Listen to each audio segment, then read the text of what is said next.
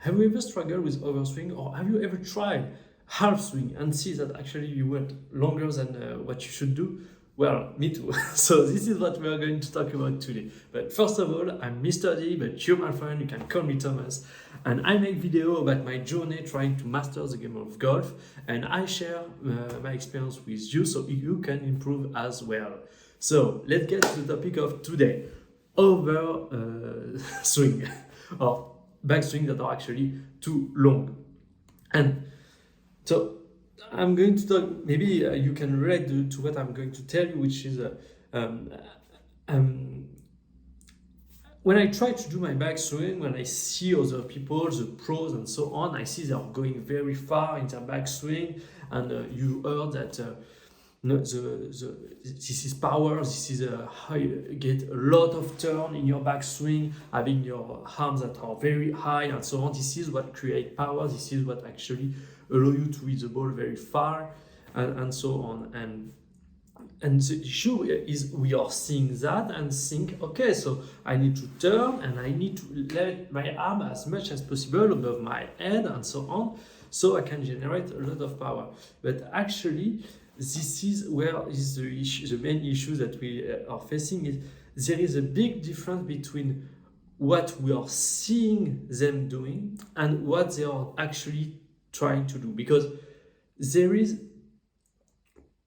when you are taking your club back, the golf club is accelerating and is generating a lot of momentum.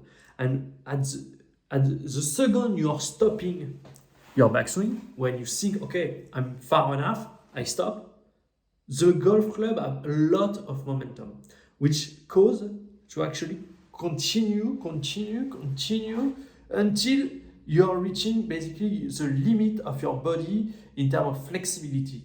If you don't resist, if you are not actively applying force for the downswing. So, or there is that, this is either your limit of flexibility or the counter force that is going to be happening during the transition and the downswing.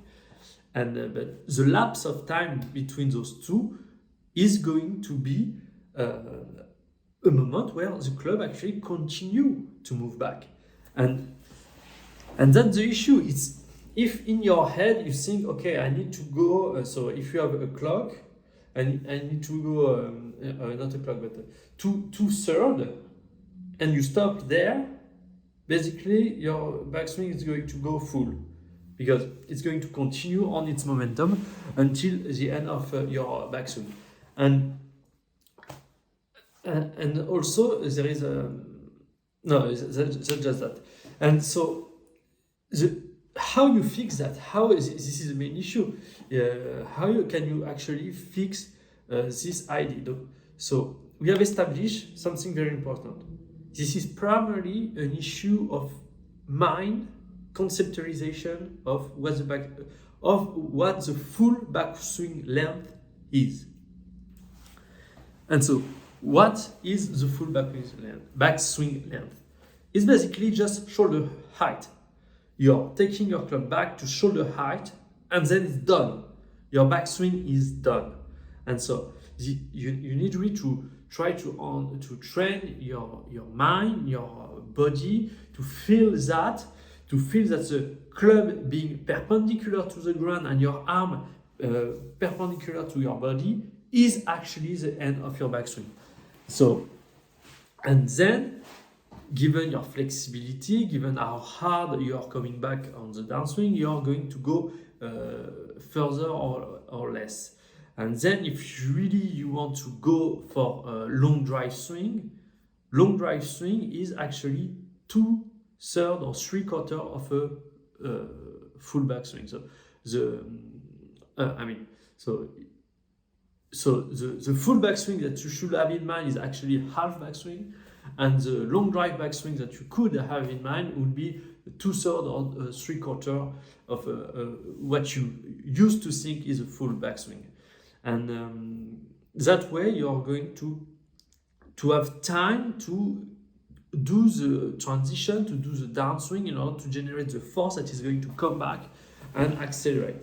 So you are going also to prevent a lot of issue regarding to to overswinging or getting out of balance, because long drive swing are more difficult. I think they are not. You need to be very flexible to do long drive swing. So actually, I would argue that even long drive swing, you can stop right shoulder with the part, and actually the rest is just acceleration of the backswing as well as just flexibility of the player.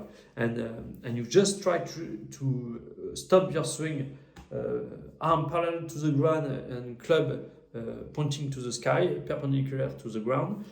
And you stop, and if you take the club back very, very fast, you will be able actually to go further, and on video you will see that you actually are making overswing. But yes, and this is very important. So what is we are talking with the driver and so on, but with the wedges you are going to then, okay, this is here shoulder height is actually full swing. So half swing, what is half swing? Half swing is just 50% of the distance between where you're at the setup and where you're on the full swing. So it's basically what you used to call one quarter swing, something like that.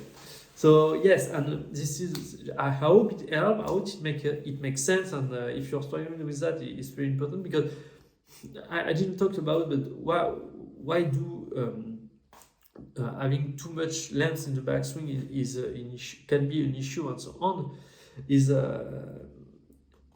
primarily because it makes you in a position that is very difficult to then come back and accelerate the right way through impact, and it can become difficult. And I think this is one of the things I really need to work on.